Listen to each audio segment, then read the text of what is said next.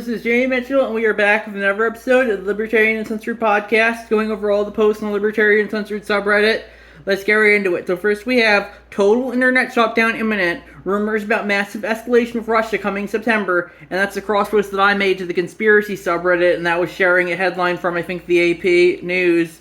Widespread global tech outage disrupts flights, banks, hospitals, and media outlets. And I said in response, definitely shows why decentralization is a good idea. You know, right now, when you centralize, when all the major companies are centralized around this one platform, CrowdStrike was called in this instance, you know, it just goes to show you that when it goes down, they all might go down. That's why I think they want the internet to be as centralized as possible, so they can shut down at a moment's notice in case the people get too rowdy. And that's my thoughts on that issue. Then we have, but it's different, right, from Ragnar OKXG, and that's a picture of all the MAGA people at the Republican National Convention wearing bandages on their ears like Donald Trump, and it says, these were the same people that won't wear masks because they aren't sheep. And I said in response, at least it's not a mandate. As for masks, their time in the spotlight seems to be over, except for among the most devout of Covidians. And I linked to an article from Reason about how a maskless COVID-positive Biden bears his naked face to the world. It says, you know, all the mask hysteria is kind of over now. You know, if you want to wear a mask, I think you should be able to wear a mask, but I don't think you should be forced to wear a mask if you don't want to. It's the same for any article of clothing, you know, I don't think you should be forced to wear any articles of clothing if I don't want to. If that being said, you know, if I do see you walking down the street naked, I might have a negative opinion on that, and I make that opinion known. But with that being said, you know, you definitely have 100% the right to wear whatever clothes you want to. And if it offends me, I might make myself both known, but I don't want to force you to do anything that you don't want to do. And that's my thoughts on that issue. Then we have small town drives only doctor away during the pandemic due to right-wing anti-vax conspiracies. Now therapists that they have no doctor, from Slate.com by CH for Locks, and that's crosspost from the Leopards Ate My Face subreddit. And yeah, that's definitely, I personally wouldn't drive away any doctor, you know, in case you need medical assistance. But that being said, people want to drive anyone away, you know, that's their prerogative. And if the person wants to move because they can't stand the harassment, you know, they should have the ability to do so. Then we have MAGA enters racist meltdown mode over J.D. Vance's wife, from NewRepublic.com by Donald Key, and I said in response, this is one of those instances where there are more articles about people complaining than people actually complaining. Fuck the GOP, though. They are controlled opposition. You know, they're like, oh, the Republicans, you know, maybe some terminal lawn people, you know, they don't care for it. But, you know, ultimately, I think people are fine with it, you know. It doesn't really matter, you know. Republicans are pretty much like 2000s era Democrats at this point, you know. You know, I think a Republican's just a Democrat that's like, you know, 15, 20 years behind the curve at most, you know, like, you know, so that's why I think on that issue, you know. As Michael Mao says, conservatism is progressivism driving speed limit. So I don't think they really care as much as the media is hyping it up that they care, you know. As I said, you know, Republicans are the left, Democrats are the further left. And that's my thoughts on that issue. Then we have, not only is Officer Harris behind Biden in roughly 80% of the polls I've seen, she has no clue how to run a national campaign, and the more she talks, the less voters like her. At a certain point, the donors are going to write off the POTUS campaign even against Trump. From Michael Malice on Twitter, and I posted that, and I said, I think he might be underestimating how many blue NPCs there are. The Dems could nominate a stick from my front yard, and I wouldn't expect to be entirely shocked if it won. And yeah, you know, personally, Kamala Harris really doesn't have too much going for her. You know, she's really only in position because of her race and gender and identity politics. And yeah, you know, ultimately, I don't think anyone, even her most devout supporters, would say, "Oh, she's a very inspiring candidate." You know, it's not like she's 2008 Obama. You know, he was black, but at least people felt inspired by him and wanted to vote for him. Harris is kind of the opposite of that. She's kind of a charisma black hole, and she's just kind of there because she checks all the right boxes. With that being said, if she is the nominee, she'll probably. I still think she might win because of all the blue NPCs, as I said in the other comment. You know, there are a lot more vote blue no matter who people than vote red no matter who people, and I think Trump definitely has a lot of baggage at this point that I think a lot of the blue NPC people aren't going to forget anytime soon.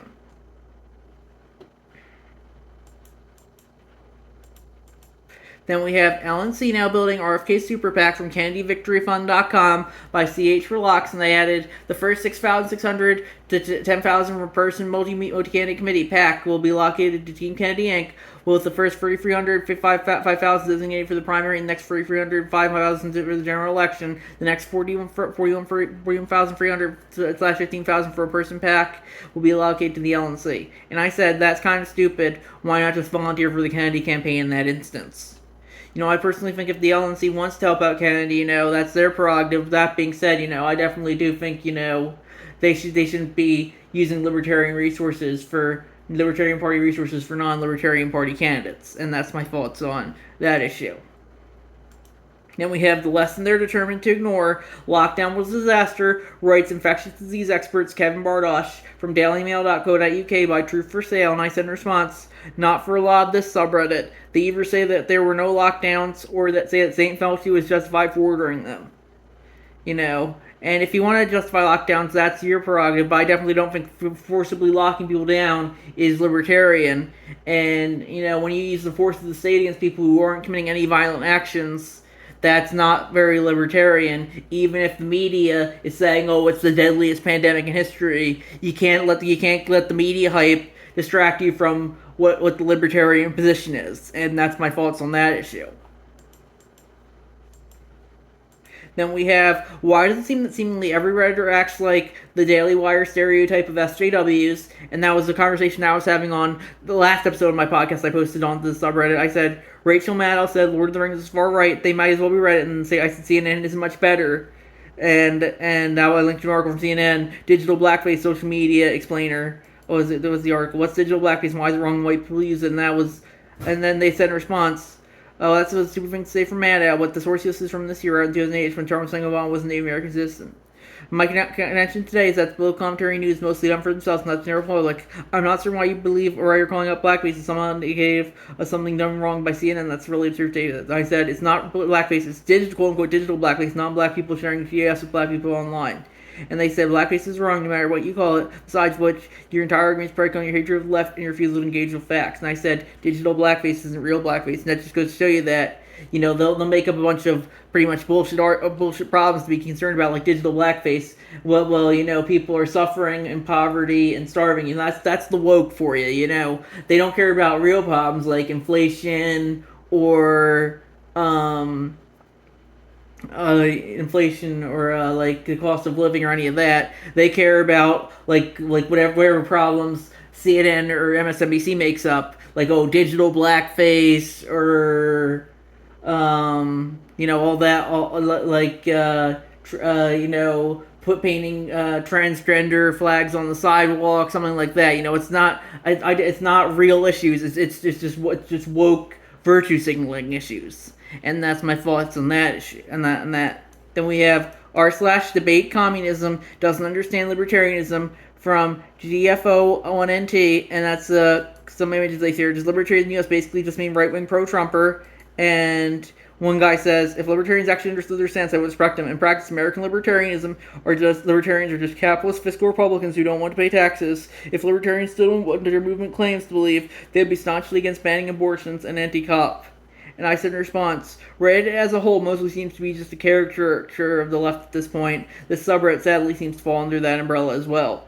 I personally think the libertarian position is to be anti-police and pro-bodily autonomy.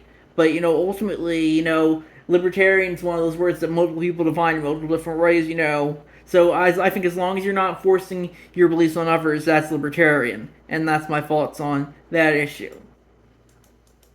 Then we have, what do you think about quote-unquote libertarians who argue against democracy from Fuck Tim Back 6969? And they added, is this just a case of edgy ANCAPs being edgy ANCAPs, or is it a sign of fashion infiltration of libertarian spaces? And I said, democracy is inherently mob rule. The libertarian position is for the rights of the individual since they are the smallest minority. And that's my thoughts on that issue. And, ultimately, democracy sounds good, but it's inherently authoritarian, I would say. And that's why, I think if someone doesn't want to opt into a system, if they want to opt out of the system, I think they should be able to. That's why I think in the future we should be prioritizing issues like making government all voluntary rather than enforcing all our standards on everyone and using it to enforce standards on everyone. That's my thoughts on there. Then we have Don't Let Them Get Away with This Deadly Omission from Carrie Wedler on Twitter, and I posted that, and I said, Danger Tree is much more preferable than peaceful slavery. That was a 2.5 minute video she uploaded about how, all the political leaders are committing political violence it was used against one of their own and Donald Trump. But with that being said, the state is inherently built on political violence, and that's very important to remember as well. The state is inherently violent as it uses as it maintains the monopoly on the illegal use of force and violence, and that's important to remember. See, as long as there is a state, there will be political violence, and that's her fault in that. I would agree with that. Ultimately, I think we need to decentralize use of violence. I think everyone should be able to use violence if they feel like, and if anyone has a problem with that, they should be free to fight back. Ultimately, life does very much revolve around the ultimate rules are the rules of physics. You can't just state otherwise. Sometimes things might not go your way, and there's nothing you can do about it, and that's just how life is. Life is ultimately unfair, and the government's is saying, "Oh, we're going to try and make it fair," but when we try and make it fair, it's not always going to be good.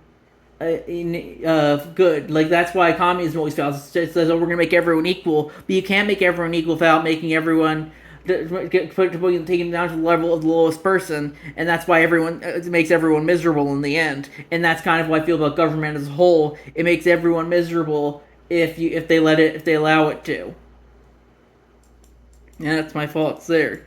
And then we have We're close to the end. Biden world braces for the possibility he steps down from MSNBC on YouTube, and that was from Winter Trabex, and I said in response, Alex Jones said they might try and bring HRC back. I know Milk and Michael Malice has been speculating on that for months. Personally, I think they should stick with Biden because everyone else is somehow even more unelectable than him. With that being said, they might as well just nominate a stick at this point because of how many people have Trump derangement syndrome.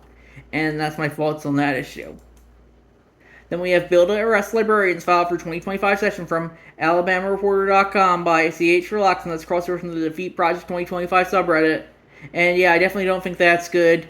You know, I personally don't think the kids in the library should be looking at all the adult content. With that being said, you know, I don't think the state should be arresting them. With that being said, you know, I do think librarians aren't on the libertarian side either, because they are inherently government workers, and that's my thoughts on that issue. Then we have Texas has been ranked as the worst state to live again. Reform Loss from ReformAustin.org by C.H. Relax. And, you know, I think, you know, that's just never more of a blue and on thread. You know, a lot of people are moving to Texas, and they seem to want to. It seems to be one of the most popular states to move to currently, but apparently it's the worst state to live because this progressive website thinks so. And, you know, I personally do probably have some problems with the Texas government. But that being said, you know, this is just Republicans, never Republicans bad, Fred. And that's my thoughts on that issue. And I think we're going to wrap it up there, and I'll see you guys in the next episode. Bye.